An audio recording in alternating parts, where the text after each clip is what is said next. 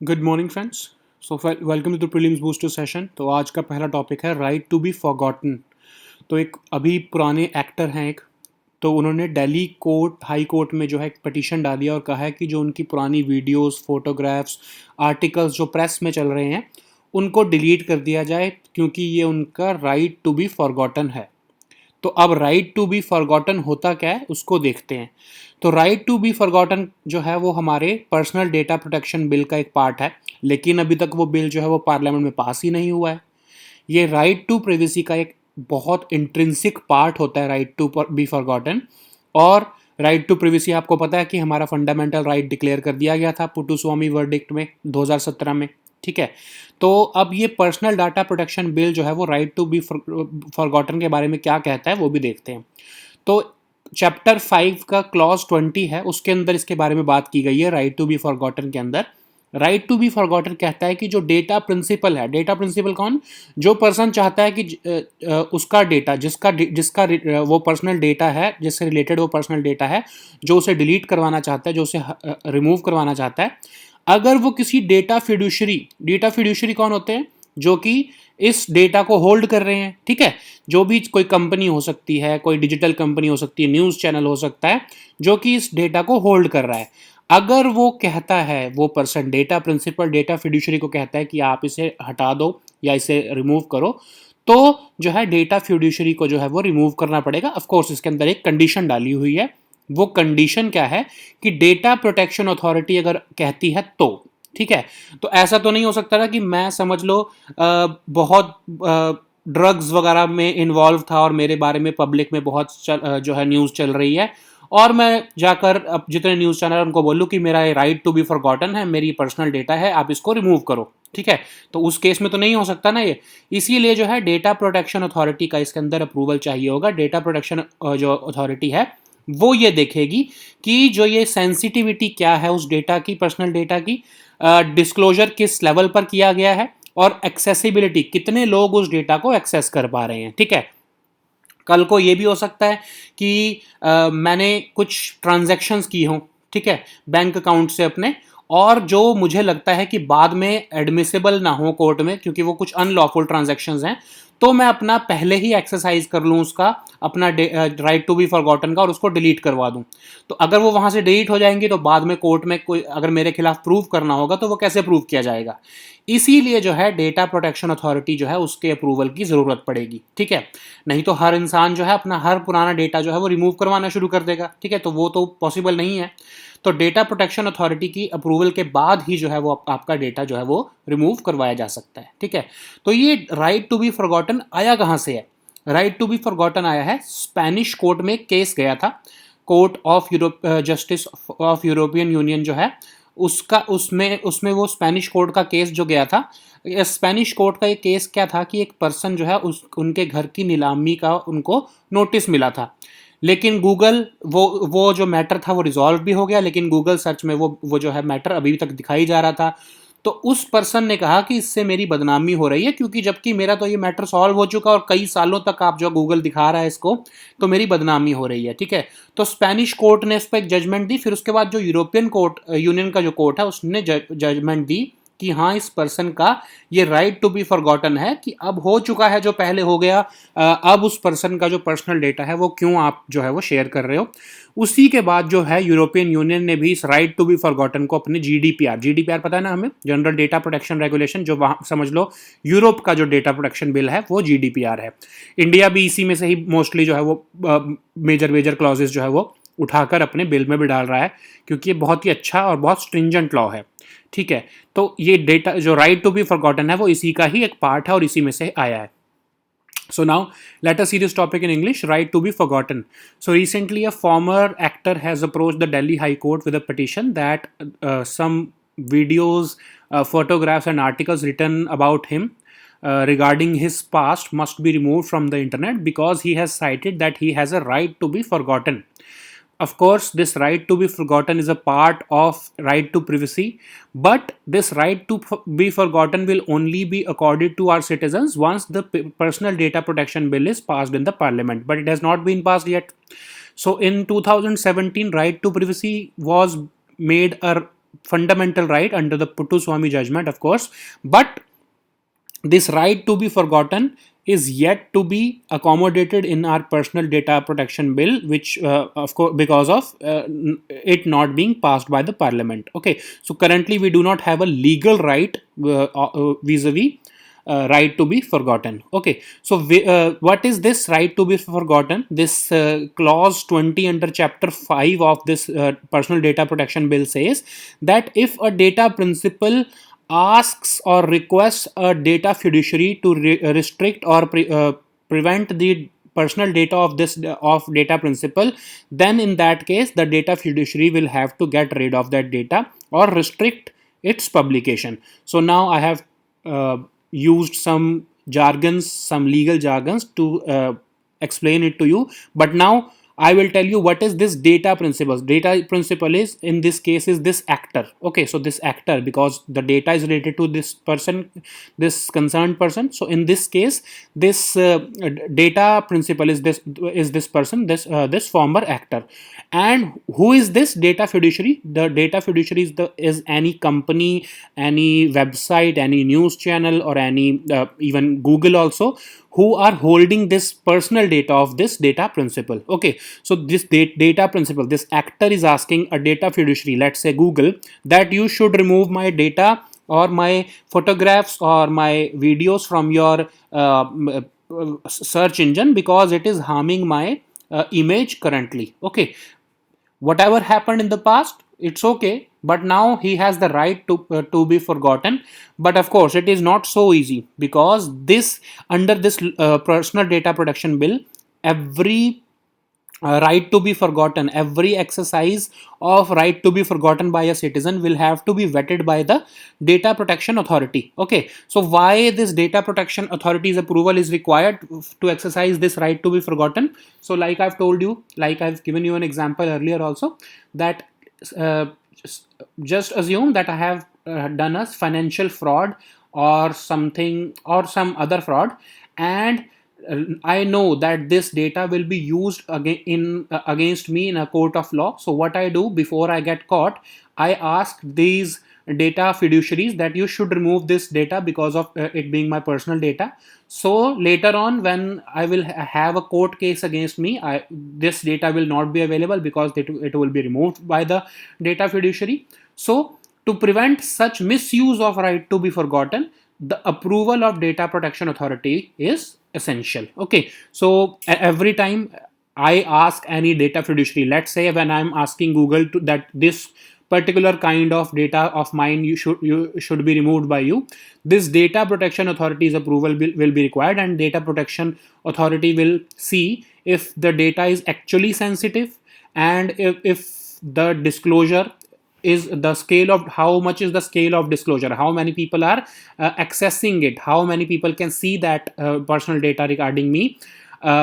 Every consideration will be every parameter will be looked after by this data protection authority, and only after that they will give me approval or they will reject my application for me to exercise this right to be forgotten.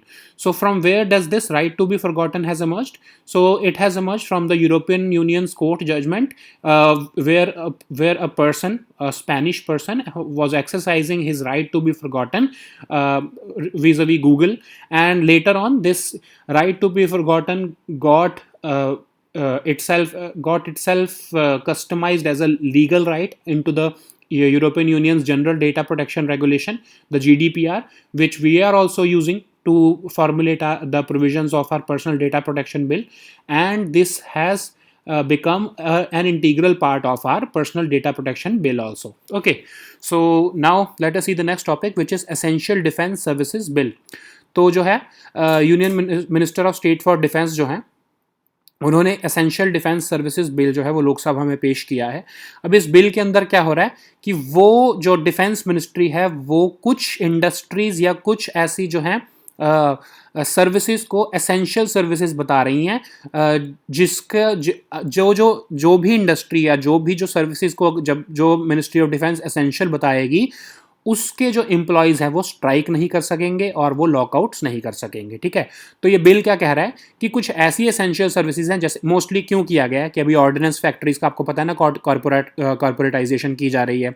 तो उनकी जो union थी, labour union थी, उन्होंने threaten किया था कि 26 जुलाई को हम कंप्लीट लॉकडाउन करेंगे, हम कंप्लीट स्ट्राइक करेंगे, उसी को प्रोटेक्ट करने के लिए, ताकि वो स्ट्राइक ना कर पाएँ। तो गवर्नमेंट जो है वो ये बिल लेके आई है। इससे पहले वो ऑर्डिनेंस भी लेके आए थे 30 जून को, और अब जो है वो बिल लेके आया जा रहा है। क्योंकि क्या करेंगे अब वो कि जो है कॉरपोरेट जो ये ऑर्डिनेंस फैक्ट्रीज हैं, इनको एसेंशियल सर्विसेज में डाल देंगे।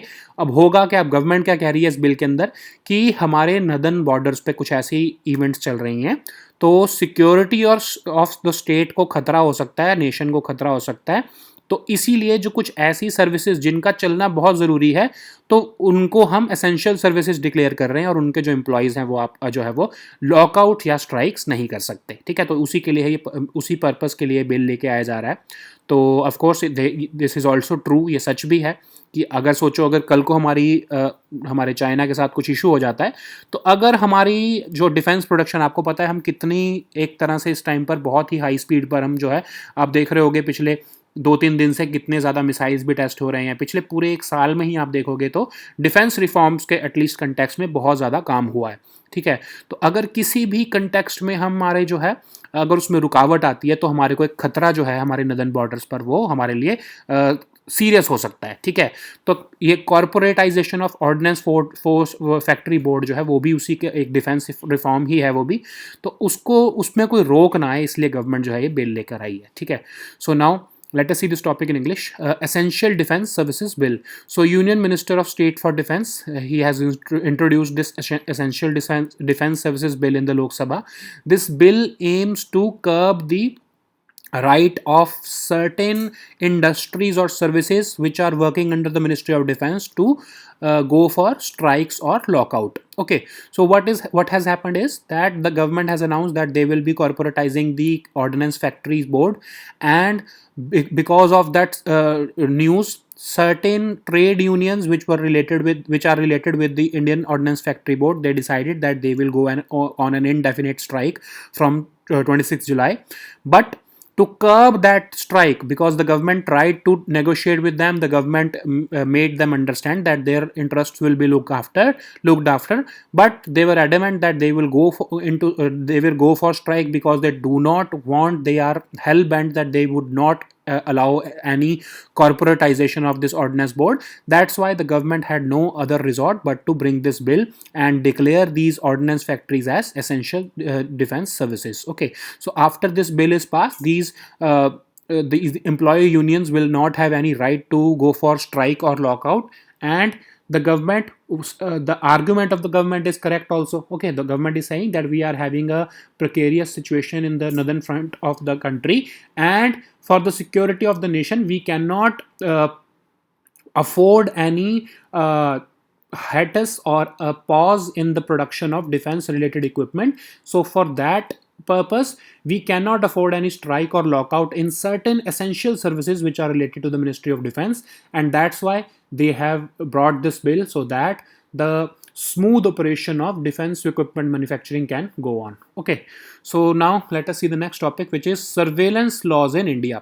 तो इंडिया में अभी जो पेगासस का एक इशू चल रहा है, ऑफ कोर्स, ठीक है, तो हम सर्वेलेंस का वो इशू चल रहा है, तो हम देखते हैं कि सर्वेलेंस को डील कौन कौन से लॉ करते हैं, ठीक है। तो पहले तो टेलीग्राफ एक्ट जो है वो डील करता है, और जो इंफॉर्मेशन टेक्नोलॉजी एक्ट है वो भी डील करता है। तो टेलीग्राफ एक्ट डील करता है जो आपकी सर्वेलेंस फ़ोन कॉल पे होती है, फ़ोन टैपिंग या जिसको इंटरसेप्शन भी कहते हैं, फ़ोन के जो आपकी कॉल की जो होती है उसको हम टेलीग्राफ एक्ट के अंदर डील करते हैं।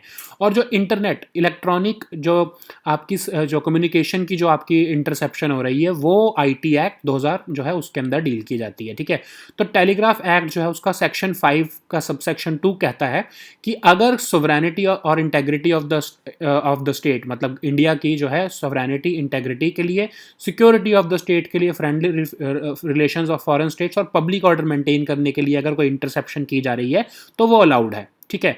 उसको हमने आर्टिकल 19 जो है कॉन्स्टिट्यूशन का जो आर्टिकल 19 का सबसेक्शन 2 जो मतलब एक्सेप्शंस बताता है कि आपके इस आर्टिकल 19 की किस किस चीज़ पर लागू नहीं होता है, उसके अंडर भी यही सारी एक्सेप्शंस है ना, ठीक है। तो इनके अंडर ही जो है आप इंटरसेप्शन ऑफ फ़ोन भी कर सकते हो, ठीक है। लेकिन इसके अंदर एक प्रोविज़न है, इसी के अंदर ये प्रोविज़न है, इसी सेक्शन के अंदर एक प्रोविज़न है कि जो लॉफुल इंटरसेप्शन है वो जर्नलिस्ट की नहीं की जा सकती, ठीक है।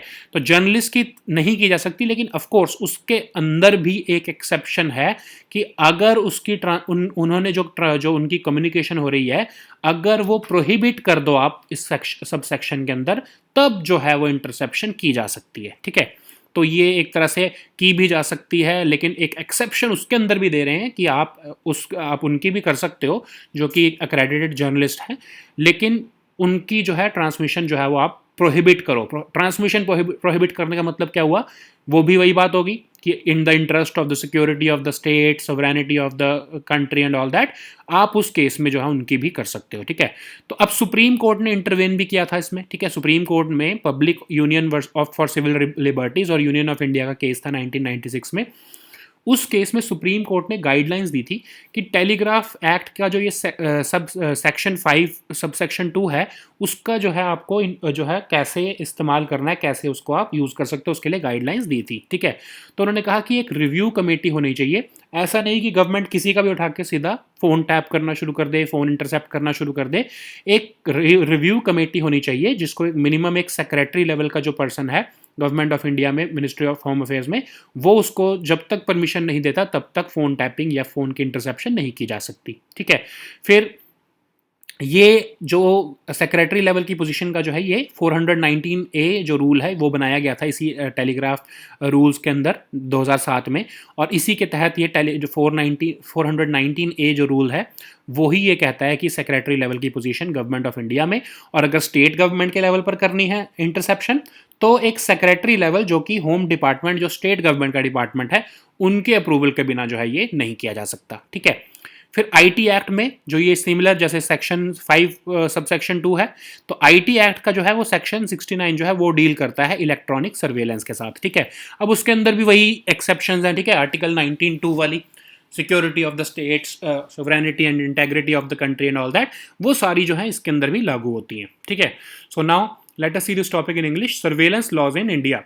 सो when this Pegasus controversy has been ongoing in the country, there are certain allegations regarding the surveillance in the country, and that's why we are looking at the surveillance laws which are currently prevailing in the country. Okay, so there are two laws which deal with surveillance. The first one is Telegraph Act 1885 and the second one is IT Act 2000. Okay, so the first one, the Telegraph Act, deals with the interception of phone calls, and the second one, the Information Technology Act, deals with the electronic surveillance, or the digital the internet surveillance or the digital surveillance.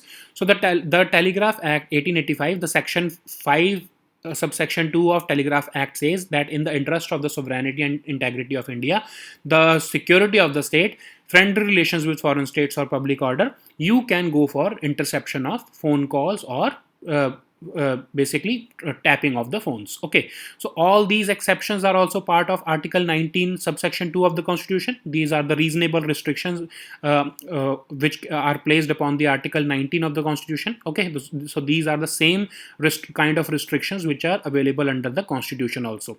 But of course there is a provision in this same section which says that lawful interception cannot take place against journalists. But of course there is some kind of strict exception which says that unless the transmission has been prohibited under this subsection, you cannot place the phones of the journalist under interception. Okay, so it's almost similar to the same kind of restrictions, these that you can intercept the phones of these journalists in the interest of the sovereignty and integrity of the country and all that. So they are almost same. Okay, so Supreme Court has also intervened in this matter. In 1996, a case went to the Supreme Court, and under this case of PUCL versus Union of India, the Supreme Court laid certain guidelines for interception under the Telegraph Act. So it said that you have to formulate a review committee, and that's why a rule 419A was introduced in the telegraph rules in 2007, and according to these rules, at least the permission of a secretary level officer who is a secretary in the Ministry of Home Affairs must be taken before interception of any phone.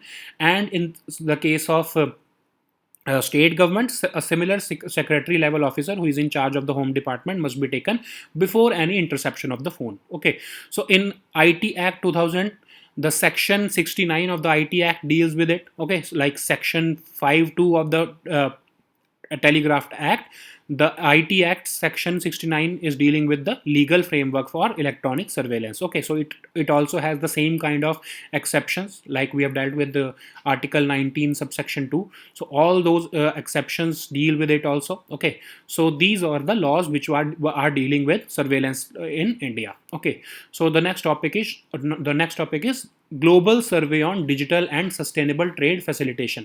तो India का score जो है वो 90.32% आया है United Nations economic and social commission for Asia Pacific UNSCAP के जो latest global सर्वे हुआ है digital and sustainable trade facilitation में. तो हमारा ये जंप जो है वो पिछले जो 2002 साल में एक बार होता है सर्वे, तो पिछला जो हमारा सर्वे था उसमें 78.49% हमने उसमें जो है स्कोर किया था. तो एक बहुत ही बड़ा जंप है, 90.32% हमारा इसमें जो है वो स्कोर आया है. तो एक बहुत ही बड़ा जो है ये हमने जंप देखने को मिला है. ठीक है, तो 143 इकोनॉमीज़ को इसमें इवेल्युएट किया गया. तो 2021 के सर्वे में इंडिया ने उसमें ट्रांसपेरेंसी में 100% स्कोर किया है. ठीक है, लास्ट टाइम हमने 93% स्कोर किया था, इस बार हमने उसमें 100% स्कोर किया है. ठीक है, और ऐसे ही आप देखो फॉर्मेलिटीज़ जो है होती हैं ट्रेड को चलाने के लिए, उसमें 95% हमने स्कोर किया है. तो ऑलमोस्ट हर आप चीज़ में देख रहे हो कि इम्प्रूवमेंट ही है. ठीक है, ऑलमोस्ट 10% की इम्प्रूवमेंट ही की है हमने. तो इंडिया जो है वो बेस्ट परफॉर्मिंग कंट्री रही है साउथ और साउथ वेस्ट एशियन रीजन में और एशिया पैसिफिक रीजन में भी. ठीक है, और इंडिया ने कुछ बहुत सारी जो OECD कंट्रीज़ हैं जैसे France, UK, Canada, Norway, Finland, उनसे भी बेटर स्कोर किया है इस सर्वे के अंदर. ठीक है, इंडिया ने 100% स्कोर अचीव किया है ट्रांसपेरेंसी इंडेक्स में. ये बिजनेस रिलेटेड है सब कुछ. ठीक है, अब ये सर्वे जो है साल में 2 साल में एक बार किया जाता है UNSCAP द्वारा, और इसमें 58 पैरामीटर्स जो कि WTO के ट्रेड फैसिलिटेशन एग्रीमेंट से निकाले गए हैं, उन 58 ट्रेड फैसिलिटेशन मेजर्स के ऊपर असेसमेंट की जाती है. और इससे ही ये बताया जाता है कि इन्वेस्टमेंट जो है बिजनेस की जो है इन्वायरमेंट कैसा है किसी कंट्री में. और इस सर्वे की इंपॉर्टेंस ये है कि जो इन्वेस्टर्स हैं वो इस सर्वे का जो डेटा देखते हैं before they make any decision of their investment decisions. तो UNSCAP के बारे में भी देखते हैं. UNSCAP जो है 1947 में बनाया गया था उसको, और वो एक रीजनल डेवलपमेंट आर्म है United Nations for Asia Pacific region की जो हमारे फोरम है उसकी. ठीक है, और जो है इसमें 53 मेंबर स्टेट्स हैं, 9 एसोसिएट मेंबर्स हैं एशिया पैसिफिक रीजन के इंक्लूडिंग इंडिया. इसका हेडक्वार्टर जो है वो बैंकॉक थाईलैंड में लोकेटेड है. ठीक है, तो ये बेसिकली टेक्निकल असिस्टेंस देना, रिजल्ट ओरिएंटेड प्रोजेक्ट बनाना, कैपेसिटी बिल्डिंग करना मेंबर स्टेट्स की, यही सब काम करता है UNSCAP. ठीक है, इस बहुत सारी और भी रिपोर्ट्स हैं, इसको आप देखना, खुद गूगल करके देखो कि कौन कौन सी और रिपोर्ट्स हैं. हमने पिछले भी कुछ प्रीलिम बूस्टर में भी कवर की हैं, वो रिपोर्ट्स भी आप देखो कि कौन कौन सी और रिपोर्ट्स निकालता है. ठीक है, so now let us see this topic in English. Global survey on digital and sustainable trade facilitation. So India has scored 90.32% in UNSCAP's latest global survey on digital and sustainable trade facilitation. So earlier in 2019, when the last report was released, India scored 78%, 78.49%, and now this jump is phenomenal. It is because we have scored 90% plus in this survey. So in the good news is that in transparency index we have scored 100% in 2021. So in most of the parameters, of course, in every important parameter we have scored better than the last performance, okay, which was in 2019. And India is the best performing country when compared to South and Southwest Asian region and Asia Pacific region. Okay, so India has also performed better than many OECD countries such as France, UK, Canada, Norway, Finland, etc. Okay, and it has also performed greater than the average score of EU. So India has the major highlight is that India has achieved the 100% score for transparency index. Okay, so this survey is basically conducted every 2 years by the UNSCAP, and it assesses 59 trade facilitation measures which are covered by the WTO's trade facilitation agreement. And these measures make an impact on because it compares the governments with respect to their transparency and their trade facilitation and their digital connectedness with trade. And this survey helps the private investors or the major investors worldwide to make their investment decisions. Okay, so this UNSCAP, it was established in 1947. It is the regional development arm of the United Nations for the Asia Pacific region, and it has 53 member states, 9 associate members from Asia Pacific region, including of course India, and its headquarters is located in Bangkok, Thailand. So please remember this, because this is confusing, because generally we do not expect that any of the headquarter of any UN organization will be located in Asia. So this particular UNSCAP's this UNSCAP's headquarters is located in Bangkok, Thailand, and the objective of this UNSCAP is to provide technical assistance and capacity building to the member states so that result oriented projects can be achieved. Okay, so these were our topics for today. We'll meet next time with new topics. Until then, goodbye and take care.